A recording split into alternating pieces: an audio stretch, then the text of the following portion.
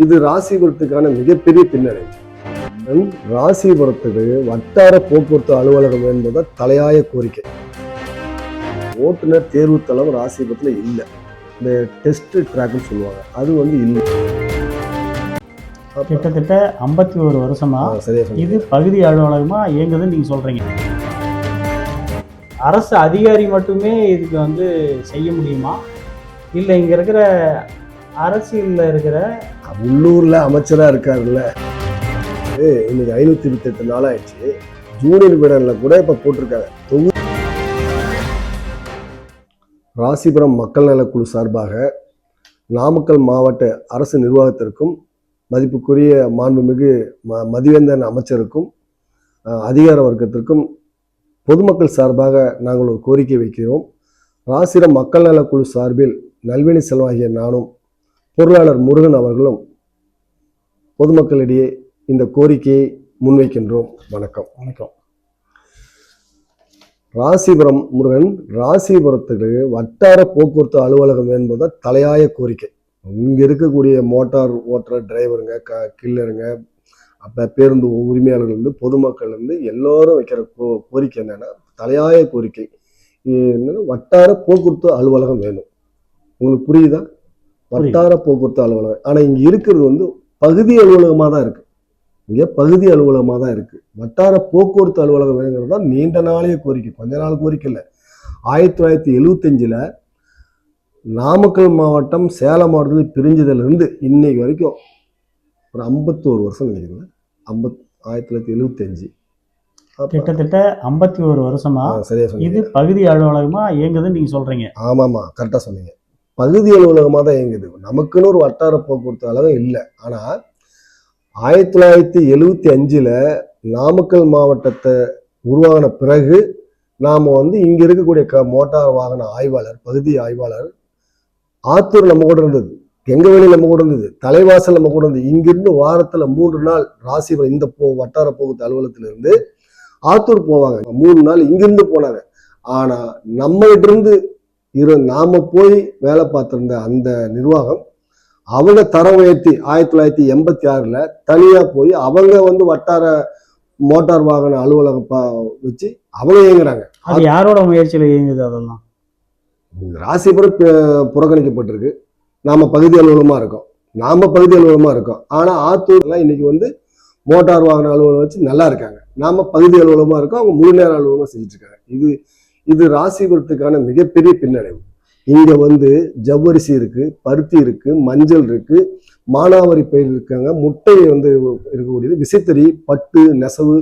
ராசிபுரத்துல இது இவ்வளவு நெய், கல்வி மாவட்டம், கல்விக்கான பெயர்பட இவ்வளவும் நமக்கு இருக்கு. இங்க ராசிபுரத்துல இவ்வளவும் இருக்கு. அதுக்கான வாகனம், போக்குவரத்து, மோட்டார் சம்பந்தப்பட்டது தான் நமக்கு தலையாய. மற்ற ஊருக்கு அப்படி கிடையாது. நமக்கு அவ்வளவு பெரிய வாய்ப்புகள்லாம் இருக்கு. இன்னொன்னு சொல்லணும், தென்னிந்தியாவிலேயே குறிப்பா தென்னிந்தியாவிலேயே ராசிபுரத்துல தான் டூர் சுற்றுலா போறவங்க எல்லாம் விரும்பி எடுத்துட்டு போறாங்க வாகனங்களை. ஏன்னா ராசிபுரம் இருக்கக்கூடிய ஓட்டுநர்கள் அவ்வளவு திறமசாலிகள், அவ்வளவு நேர்மையானவர்கள், அவ்வளவு நல்லவங்க.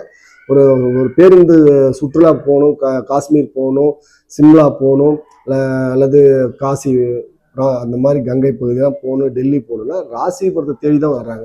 அது ஒரு பெருமையான விஷயம் கூட. அது இங்க மட்டும் தான் இருக்கா? ராசிபுரம் தான் புகழ் பெற்றது. ராசிபுரத்துக்காரில் கூட்டிட்டு போனா செலவு குறையும், நாணயமா இருப்பாங்க, பாதுகாப்பா கூட்டிட்டு வருவாங்க, வீடு நல்ல முறையா சேரலாம். அதே மாதிரி வாகனங்களும் தரமான வாகனங்கள். ராசிபுரத்தில் இருக்கக்கூடிய சுற்றுலா வாகனங்கள் மிக மிக நல்ல வாகனங்கள். இப்போ கூட ஏசி வாகனம் தமிழ்நாட்டிலே நம்ம ஊர்ல தான் அதிகமா இருக்குதான் சொல்றாங்க. நீங்க ராசிபுரம் சுற்றுலாவுக்கு பெயர் போனது. மற்ற எந்த மாவட்டங்கள் எடுத்துட்டாலும் விரும்பி வருவாங்க. அதை நம்ம குறிப்பிட்டா சொல்லப்போம். இந்த 1986 பிறகு அவங்கெல்லாம் ஆத்தூர்லாம் இன்னைக்கு போக்குவரத்து மோட்டார் வாகன அலுவலகம் வச்சு இயங்கிட்டு இருக்காங்க. நமக்கு பகுதி அலுவலகமா இருக்கோம். நீங்க சொன்னீங்கல்ல, பகுதி அலுவலகமா தான் நம்ம இயங்கிட்டு இருக்கோம். அதை நீக்கிட்டு எங்களுக்கு முழு நேரமா மோட்டார் வாகன அலுவலகம் வேணுங்கிறத நம்ம மோட்டார் வாகன அலுவலகம் கொண்டு வரதுக்கு உண்டான தகுதியான இது தாலுகாவா? சரியான தகுதி. ஏன்னா நம்ம கிட்ட தான் இங்க மற்ற மோட்டார் வாகன அலுவலகம் 25, 28 அப்படிதான் இருக்கும். நம்ம கிட்ட 36 பேருந்துகள் இருக்கு, 4 மினி பஸ் இருக்கு. ஒரு சரியாக தான் இருக்கு. நீங்க இன்னொன்று கூட நான் சொல்றேன். தொடக்க காலத்துல வந்து நமக்கு வந்து TAS, TDS, TCS, TAM, TDM, TCE, TAN அப்படின்னு ஒரு முதல்ல தொடக்க காலத்தில் நமக்கு வட்டார பகுதி அலுவலகத்துக்கு நமக்கு கொடுத்தாங்க. வண்டிக்கு பின்னாடி வந்து நம்பர் பிளேட் போற குறியீடு எண்கள் இதெல்லாம். அப்படி அந்த குறியீடு எண்கள்ல ஒவ்வொரு குறியீடுக்கும் சுமார் எத்தனை வண்டி இருக்கு? இந்த 10 டிஜிட்டல் இருக்கு இல்லைங்களா, 10,000 வண்டி இருக்கு ராசிபுரத்தில். 10,000 வண்டி ராசிபுரத்துல தொடக்க காலத்துல நமக்கு கொடுத்தாங்க. அதுக்கு பிறகு TN27 விவி, TN28Z, TN28V, TN28R, TN28S, TN28AZ, TN28AV, இப்ப ஒரு 20வது சீரியல் நம்மளுக்கு ஓடுது. TN28 CWல போயிட்டு இருக்கு. மொத்த வாகனத்தோட மொத்த எண்ணிக்கை எவ்வளவு? நல்லா சரியா கேட்டீங்க.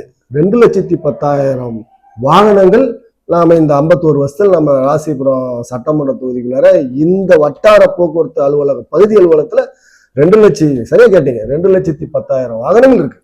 அப்புறம் ஏன் நீங்க வந்து ராசிபுரத்தை வந்து ஒரு மோட்டார் வாகனம் முழு நேர அலுவலகம் வைக்கக்கூடாதுன்னு அரசு கேட்கணும். நம்ம கூட ராசிபுரம் மக்கள் நல குழுல இருந்து இந்த ஓட்டுநர் பயிற்சி இதுல ஒரு மனு ஒன்று கொடுத்துட்டு வந்திருக்கோமே. நல்லா சொன்னீங்க. இந்த ஓட்டுநர் தேர்வு தளம் ராசிபுரத்துல இல்லை. இந்த டெஸ்ட் ட்ராக்னு சொல்லுவாங்க, அது வந்து இல்லை. அது தனியார் இடத்துல வச்சு நடத்திட்டு இருக்கிறதா சொல்லி நம்ம 2 பேரும் கம்ப்ளைண்ட் கொடுத்தோம். மக்கள் நல குழு சார்பா கலெக்டர் அப்பா கொடுத்தோம். கலெக்டர் அம்மா வந்து ஆவணப்படுத்திருக்காங்க. ஒரு எத்தனை இடத்துல 3 இடமே இருந்தா சொல்லிட்டு 3 இடத்துல வந்து செக் பண்ணி எல்லாம் சர்வே பண்ணிட்டு போயிருக்காங்க. அங்க வந்துட்டு அங்க வந்து வட்டார போக்குவரத்து அலுவலகம் அமைஞ்சா இந்த டெஸ்ட் ட்ராக் ஓட்டுநர் தேர்வு தளம் 2 சேர்ந்து அமைஞ்ச வசதியா இருக்குங்கிறது தான் நம்ம கோரிக்கையா இருக்கு. ராசிபுரம் மக்கள் நல குழு சார்பாக பொதுமக்களுடைய கோரிக்கை நம்ம இப்ப அரசுக்கு நம்ம முன்வைக்கிறோம். இந்த வட்டார போக்குவரத்து அலுவலகத்தை உடனடியாக இந்த அரசு செய்து கொடுத்தால் பொதுமக்கள் ரொம்ப மகிழ்ச்சி அடைவார்கள் என்று குழுவின் சார்பாக பொதுமக்கள் சார் கேட்டுக்கொள்கிறோம். இல்லை, இந்த அரசு அதிகாரி மட்டுமே இதுக்கு வந்து செய்ய முடியுமா?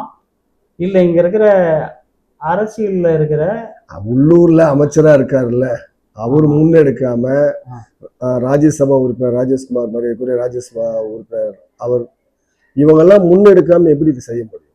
அமைச்சருக்கு கேட்குற கேள்வி நாங்க என்ன கேட்குறோம், நீங்க வீடு வீடா போய் விசிட்டிங் கார்டை கொடுத்து குறையிருந்தா சொல்லுங்கன்னு ஒரு 5 ரூபா நோட் ஒன்று கொடுத்துட்டு போறீங்களா? எங்க விமர்சனத்துக்கு நீங்க உருவாங்க. நாடாளுமன்ற உறுப்பினர் ஒரு பக்கம் இருக்கணும், நாடாளுமன்ற உறுப்பினர் இருக்கணும், மக்களவை உறுப்பினர், மாநிலங்களவை உறுப்பினரும் வேலை செய்யணும். அவரு கூட நாடாளுமன்ற உறுப்பினர் கூட நாமக்கல் இருக்காரு.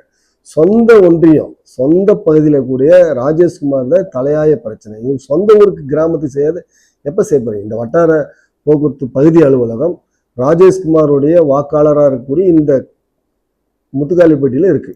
நம்ம எவ்வளவோ பிரச்சனைக்கு வந்து மந்திரிகிட்ட கேட்டாச்சு. கிட்டத்தட்ட 500 நாள் கிடந்து நம்மளும் ஒரு பதிவு போட்டுட்டு இருக்கிறோம். இன்னைக்கு வரைக்குமே வந்து அவரு நம்மளை கூப்பிட்டு அழைக்கிறார், பேசல, ஒண்ணு மட்டும் இதை மட்டும் எப்படி செய்வார் நீங்க நம்புறீங்க? அதாவது இன்னைக்கு 528 நாள் ஆயிடுச்சு. ஜூனியர் விடன்ல கூட இப்ப போட்டிருக்காங்க, தொகுதிக்கு செய்திருக்கும் வளர்ச்சி பணிகள் குறித்து விளக்கம் அறிய ராசிபுரம் தொகுதியின் எம்எல்ஏவும் அமைச்சருமான மதிவேந்தன் அவர்களை பல முறை தொடர்பு கொண்டோம். பல கட்ட முயற்சிக்கு பிறகு நம் தொடர்புக்கு வந்தார்.